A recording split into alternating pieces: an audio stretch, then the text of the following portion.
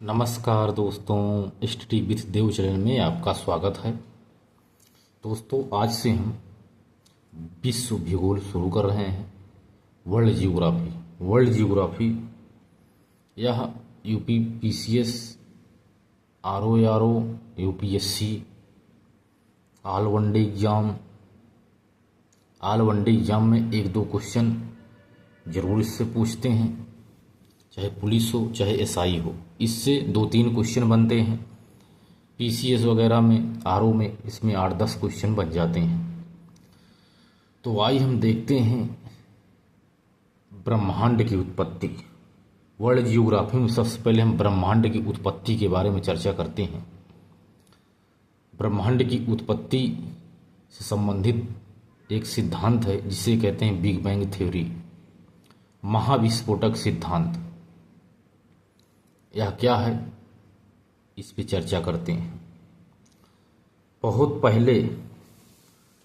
पहले एक छोटा सा पदार्थ था, या छोटा सा एक पदार्थ था, और यह निरंतर समय में सिकुड़ता चला जा रहा था। यह एक घनत्व के रूप में था, क्योंकि इसमें बहुत घनत्व था। जो ये पदार्थ था यह एक घनत्व के रूप में था। इसमें निरंतर ऊर्जा बनती जा रही थी। इसमें ऊर्जा बहुत थी, बहुत पहले इसमें ऊर्जा बहुत थी और निरंतर ऊर्जा इसमें बनती जा रही थी। घनत्व भी बढ़ता जा रहा था और ये सिकुड़ता चला जा रहा था। सिकुड़ते इसमें विस्फोट हो जाता है। क्योंकि अगर कोई चीज़ हो, कोई भी यदि चीज़ ले लो, यदि उसे गोले के रूप में रख लो, उसके बाद उसमें सिकुड़न पैदा हो गुरुत्वाकर्षण के कारण, क्योंकि उसमें गुरुत्वाकर्षण भी अनंत था। वह निरंतर गुरुत्वाकर्षण बढ़ता जा रहा था और उसमें ऊर्जा भी बढ़ती जा रही थी और उसमें घनत्व बहुत था। तीनों के मिलन से उसमें विस्फोट हो जाता है, और विस्फोट जब होता है तो वह बिखर जाता है। क्योंकि इसके ऊपर यह मैटर करता है कि जो ये पदार्थ था वह मैटर का बना हुआ था। जब विस्फोट तब हुआ जब बहुत समय के बाद विस्फोट होता है तो मैटर बना। मैटर के बाद समय का प्रारंभ होता है, क्योंकि जहाँ पहले समय निर्धारित था ना कुछ था। विस्फोट के बाद ही समय का पता चलता है। जिस दिन से विस्फोट हुआ उसी के बाद से जब मैटर बनता है तभी जाकर के यह समय प्रारंभ हो जाता है। अब समय का प्रारंभ शुरू हो जाता है यहीं से। टाइम क्या था, समय क्या था, इसका प्रारंभ होता है और स्थान का भी निर्माण हो जाता है। इस स्थान से यह समय शुरू होता है और धीरे धीरे यह पदार्थ एक मौलिक कण के रूप में होता है। तो इसे मौलिक कण भी कहा गया। धीरे धीरे समय बीतता गया। काफ़ी समय मौलिक कण के बाद कुछ जो यह मौलिक कण था, पदार्थ मौलिक कण बना। उसके बाद यह तत्व बने, बहुत सारे तत्व बने, तत्व बनते गए और समय बीतता गया। इसके बाद समय के बाद यह हाइड्रोजन का जन्म होता है। हाइड्रोजन जो ब्रह्मांड में बहुत सारा हाइड्रोजन का निर्माण होता है। हाइड्रोजन गैस बनता है। धीरे धीरे यह हवा या धुआं की तरह बादल में बदलता है और बादल की तरह बादल में बनता है बादल। इसी को बाद में नीहारिका कहा गया। इसके बाद इस बादल को नीहारिका कहा गया। नीहारिका यानी नेबुला कहा गया। यानी जब पदार्थ बना, पदार्थ के बाद मौलिक कण के बाद जो यह तत्व के रूप में बनता है, उसके बाद यह हाइड्रोजन का निर्माण होता है। हाइड्रोजन से ही बादल बनते हैं। इस बादल जो चारों तरफ इस ब्रह्मांड में यानी यह ब्रह्मांड में जो बादल फैला हुआ है, इसी को ही नीहारिका कहा गया, यानी नेबुला कहा गया। इसके बाद इसमें यह काफ़ी समय के बाद छोटे छोटे गैस के गोले बनते चले गए। इस नीहारिका के जगह जगह गैस के गोले बनते चले गए। बड़े बड़े गोले, बहुत बड़े बड़े गोले शुरू बनते चले गए और नाभ की संलयन शुरू हो जाता है। जब नाभिक संलयन हो जाता है, इसी को कहते हैं या ब्रह्मांड की उत्पत्ति हो जाती है। धीरे धीरे ये सब इसी महाविस्फोटक सिद्धांत के द्वारा बिग बैंग थ्योरी से ही निहारिका बनी। तारे, सूर्य, हर चीज़ों का निर्माण इससे होता चला गया। तो शुरू में हमने बताया, बहुत पहले एक छोटा सा तत्व हुआ करता था। एक छोटा सा था, या छोटा सा था, अरे बहुत छोटा नहीं था, बहुत विशाल था। यानी ये छोटा था, इसमें घनत्व बहुत था और इसमें गुरुत्वाकर्षण अनंत था और गुरुत्वाकर्षण बढ़ता जा रहा था और इसमें ऊर्जा भी बहुत थी और निरंतर ऊर्जा भी बढ़ती चली जा रही थी। इसमें इतनी ऊर्जा, घनत्व और गुरुत्वाकर्षण के कारण, सिकुड़न के कारण अचानक चिटिक यानी विस्फोट इसमें होता है। विस्फोट होता है तो बहुत सारा इधर से पदार्थ निकलता है। उसी समय से यह मैटर बनता है और समय का प्रारंभ शुरू हो जाता है। इसके बाद स्थान का भी निर्माण होना शुरू हो जाता है। पदार्थ के मैटर से ही मौलिक कण बनता है। इसके बाद तत्व बनने, तत्व के बाद हाइड्रोजन का निर्माण होता है। हाइड्रोजन के बाद बादल बनता है। बादल ये जो चारों तरफ फैले हुए हैं, इसी को ही निहारिका यानी नेबुला कहा गया। इसमें छोटे छोटे गैस के गोले बने हुए थे। यह सभी गैस के गोले थे। इसी से यह ज्ञात होता है कि अब नाभिकीय संलयन की प्रक्रिया शुरू हो जाती है इसी समय से। यह था महाविस्फोटक का सिद्धांत, कैसे ब्रह्मांड की उत्पत्ति हुई। तो सबसे पहले देखते हैं कि जो यह ब्रह्मांड है, एक थे जो महाविस्फोटक सिद्धांत है, इसके विषय में एक थे जॉर्ज लेमेतेयर ने। जॉर्ज लेमेतेयर महोदय ने सबसे पहले महाविस्फोटक सिद्धांत को प्रतिपादित किया था। इन्होंने महाविस्फोटक सिद्धांत को सबसे पहले कौन प्रतिपादित किया था? जॉर्ज लेमेतेयर ने। इसके बाद महाविस्फोटक सिद्धांत की विस्तृत व्याख्या रॉबर्ट बेगोनर ने की थी। रॉबर्ट बेगोनर ने महाविस्फोटक सिद्धांत बिग बैंग थ्योरी की विस्तृत व्याख्या प्रस्तुत की।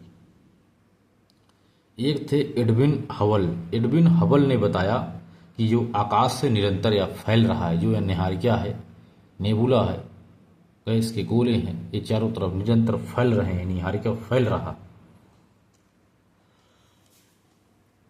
यानी आकाश फैल रहा है। एडविन हबल ने सबसे पहले बताया था। इसके बाद कहा गया कि देखते हैं कि महाविस्फोटक सिद्धांत में आकाश गंगा एवं तारे का जीवन कैसे होता है, इस पर भी देख लेते हैं। आकाश गंगा एवं तारों का जीवन। आकाश गंगा तारों का समूह है। हमने जो बताया था कि जो आकाश गंगा है, धीरे धीरे जो नाभिकीय संलयन शुरू होता है तो निहारिका बनती है। निहारिकाओं में ही तारों आदि का सभी का निर्माण होता है। इसके बाद आकाश गंगा बनती है। आकाश गंगा तारों का समूह है। काफ़ी सभी तारों को मिला करके एक आकाश गंगा का निर्माण होता है। हमने बताया था जो निहारिका बनी है, ब्रह्मांड उत्पत्ति ही उसी में एक जो है अपना जो आकाश गंगा है, वह तारों का एक समूह है। अगर देखा जाए तो हमारी आकाश गंगा मंदाकिनी है। हम मंदाकिनी आकाश गंगा में स्थित हैं। यह भी महाविस्फोटक के अंतर्गत निहारिका से ही इसका निर्माण हुआ है। लगभग 15 बिलियन वर्ष पहले बिग बैंग की घटना घटती है, इससे निहारिकाएं बनी थी। जो महाविस्फोटक सिद्धांत से ही निहारिकाओं का निर्माण हुआ था। इसके बाद तारे का भी निर्माण हुआ, तो कई तारों को मिलाकर ये एक समूह बनता है, जिसे ही आकाश गंगा का समूह कहते हैं। तो मंदाकिनी हमारी आकाश गंगा है, यह भी निहारिका से ही बनी है। बिग बैंग की घटना से मंदाकिनी का भी निर्माण हुआ है। इसके बाद देखते हैं निहारिका पे चर्चा करते हैं। निहारिका निहारिका यह निहारिका ये निहारिका है अपनी, ये है मंदाकिनी। निहारिका नहीं, ये है मंदाकिनी, ये है हमारी आकाशगंगा मंदाकिनी। जो ये 3 भागों में बटा है। जो पहला क्षेत्र है जो बीच में, सबसे बीच में स्थित है, इसको ब्लैक होल कहते हैं। ब्लैक होल यानी इसको बल्ज भी कहा जाता है, बल्ज भी इसे कहते हैं, या बल्ज है। पहला भाग बल्ज है। तो हमने बताया था जो ये अपनी मंदाकिनी है आकाशगंगा, इसकी 3 भुजाएं हैं, पहला, दूसरा, तीसरा। यह भुजाएं जो केंद्र में स्थित हैं, इसको ब्लैक होल यानी बल्ज कहा जाता है। यह ब्लैक होल है। इसके बाद अपना सूर्य यहाँ दूसरे भुजा में स्थित है, अपना सूर्य यहाँ स्थित है, ये अपना सूर्य है। इसके बाद तीसरी भुजा के छोर पर यहाँ गैसों का एक समूह ऐसे घूमता जा रहा है, और ये हवाएं केंद्र की तरफ केंद्रित हो रही हैं। इसके बाद धीरे धीरे यह एक तारा के रूप में परिवर्तित हो जाता है, जिसे भ्रूण तारा कहते हैं। इसके बाद यह आगे या जब इधर आता है तो इसमें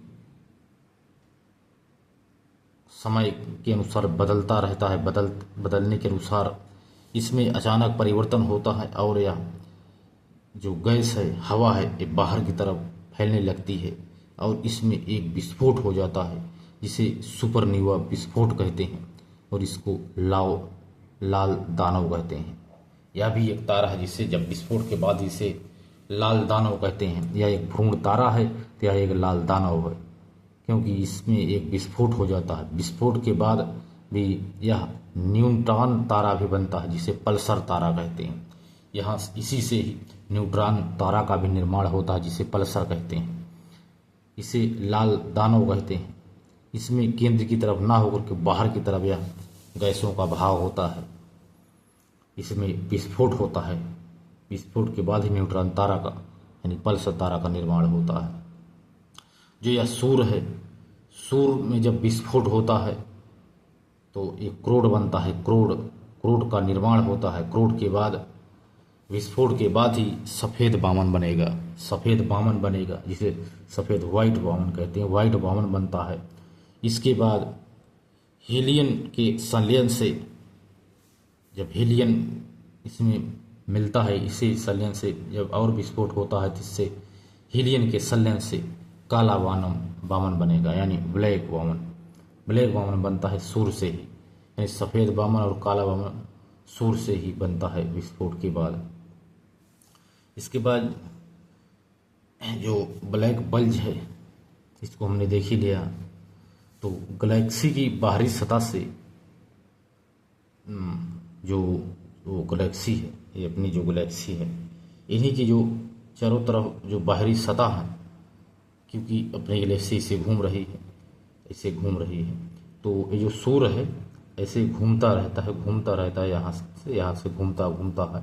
लगभग 25 करोड़ वर्ष में एक चक्कर सूर्य अपने आकाशगंगा गैलेक्सी की चारों तरफ से यह चक्कर लगा लेता है। लगभग 25 करोड़ वर्ष में एक चक्कर लगाता है मंदाकिनी की अपना सूर्य। इसी गैलेक्सी की जो बाहरी सतह है ना, इन्हीं से ही तारों का जन्म होता है। तारों का जन्म इन्हीं से होता है। जो बाहरी सतह है चारों तरफ फैली हुई, इसी से ही तारों का जन्म होता है। तो हमने अपने इस मंदाकिनी के बारे में देखा, किससे क्या क्या बना है विस्फोट से। तो एक थे डॉक्टर चंद्रशेखर ने कहा कि हम एक सीमा बनाए। उन्होंने एक सीमा बनाई, डॉक्टर चंद्रशेखर के अनुसार एक सीमा बनाई गई। कहा गया कि यदि कोई तारा 1.44 गुना हमारे सूर्य से बड़ा है, यदि कोई तारा हमारे सूर्य से 1.44 गुना बड़ा है, तो उसमें विस्फोट यदि होता है तो उससे सफ़ेद वामन बनेगा। सूर्य से भी सफ़ेद वामन बनता है। यदि सूर्य से 1.44 गुना बड़ा है, यदि उसमें विस्फोट होगा तो उसे सफ़ेद वामन बनेगा, वाइट वामन। यदि 3 गुना से भी ज़्यादा बड़ा है तो वह फ्रोजन स्टार बनेगा, फ्रोजन स्टार बनेगा, फ्रोजन स्टार। यहाँ एक है प्रोक्सिमा सेंटारी। जो प्रोक्सिमा सेंटारी है सबसे नज़दीक तारा है सूर्य से, सबसे नज़दीक तारा प्रोक्सिमा सेंटारी है, जो यहाँ स्थित है, यहाँ स्थित है। यह एक तारा है, प्रोक्सिमा सेंटारी तारा है, बहुत बड़ा है, जो सूर्य के सबसे नज़दीक स्थित है प्रोक्सिमा सेंटारी। दूसरा तारा नज़दीक साइरस है, और देखा जाए तो यह सबसे चमकीला ग्रह है। सबसे चमकीला ग्रह साइरस है, लेकिन यह दूसरा नज़दीक ग्रह है सूर्य से, सबसे नज़दीक प्रोक्सिमा सेंटारी है। एक है एंड्रोमेडा। एंड्रोमेडा क्या है? एंड्रोमेडा किसे कहते हैं? तो एंड्रोमेडा मंदाकिनी गैलेक्सी के सबसे नज़दीक स्थित है। एंड्रोमेडा जो मंदाकिनी अपनी गैलेक्सी है उससे सबसे नज़दीक है। यह दूरी लगभग 22 लाख प्रकाश वर्ष है लगभग, इसी को ही एंड्रोमेडा कहते हैं। इसकी दूरी लगभग 22 लाख प्रकाश वर्ष है। तो मंदाकिनी जो गैलेक्सी है इसके सबसे नज़दीक स्थित है यह। ये भी एक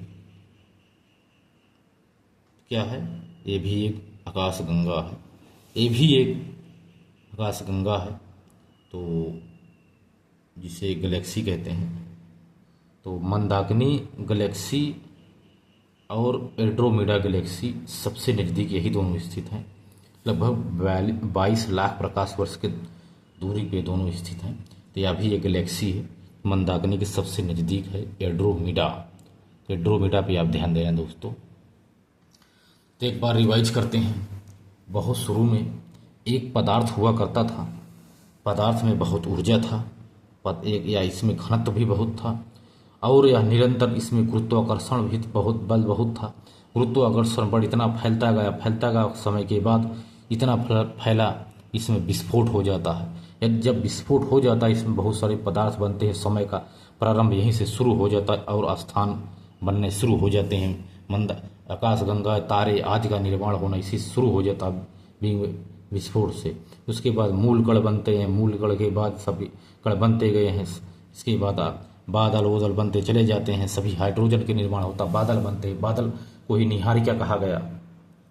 निहारिका में ही जो गैस के गोले बनते गए, तभी से यह हो जाता कि नाभिकीय संलयन की प्रक्रिया यहीं से शुरू हो जाती है। और कई सारे जो निहारिकाओं से ही तारों की घटना घटती है, तारे बनना प्रारंभ हो जाते हैं, तारे बहुत सारे बनते हैं। इन तारों के समूह को ही आकाशगंगा कहा जाने लगा, यानी गैलेक्सी कहा जाने लगा। यानी इसी में ये अपना सूर्य भी एक तारा ही है। यदि देखा जाए तो हमारी आकाशगंगा मंदाकिनी है, मंदाकिनी आकाशगंगा में स्थित है। हमारा एक सूर्य तारा है, तारा के बारे में हमने देखा, अपने निहारिका मंदाकिनी के बारे में हमने चर्चा किया। ये भी देखा कि प्रोक्सिमा सेंटारी भी एक तारा है जो सबसे नज़दीक, सूर्य से सबसे नज़दीक है, और सबसे चमकीला पूरे ब्रह्मांड में साइरस तारा है जो सबसे चमकीला है। ये भी बताया हमने कि सूर्य अपने मंदाकिनी का चक्कर 25 करोड़ वर्ष में पूरा करता है। इसकी 3 भुजाएं हैं, केंद्र को ही ब्लैक होल्स कहते हैं, यानी ब्लैक होल कहते हैं, यानी बल्ज कहते हैं। हमने ये भी बताया कि भ्रूण तारा कैसे बना। तारों यदि सूर्य में भी अगर विस्फोट होता है, सफ़ेद वामन बनता है, काला वामन बनता है, हीलियम की भी संरचना इसी शुरू हो जाती है। एंड्रोमेडा ये भी एक गैलेक्सी है जो मंदाकिनी गैलेक्सी के सबसे नज़दीक स्थित है, यानी 22 लाख प्रकाश वर्ष की दूरी पर ये दोनों जो हैं गैलेक्सी, एक दोनों के बीच की दूरी है। तो ये था दोस्तों ब्रह्मांड की उत्पत्ति और आकाशगंगा एवं तारों का जीवन कैसे है, इस पे चर्चा कर लिए दोस्तों। तो दोस्तों मिलते हैं और बेहतरीन क्लास में, तब तक के लिए धन्यवाद।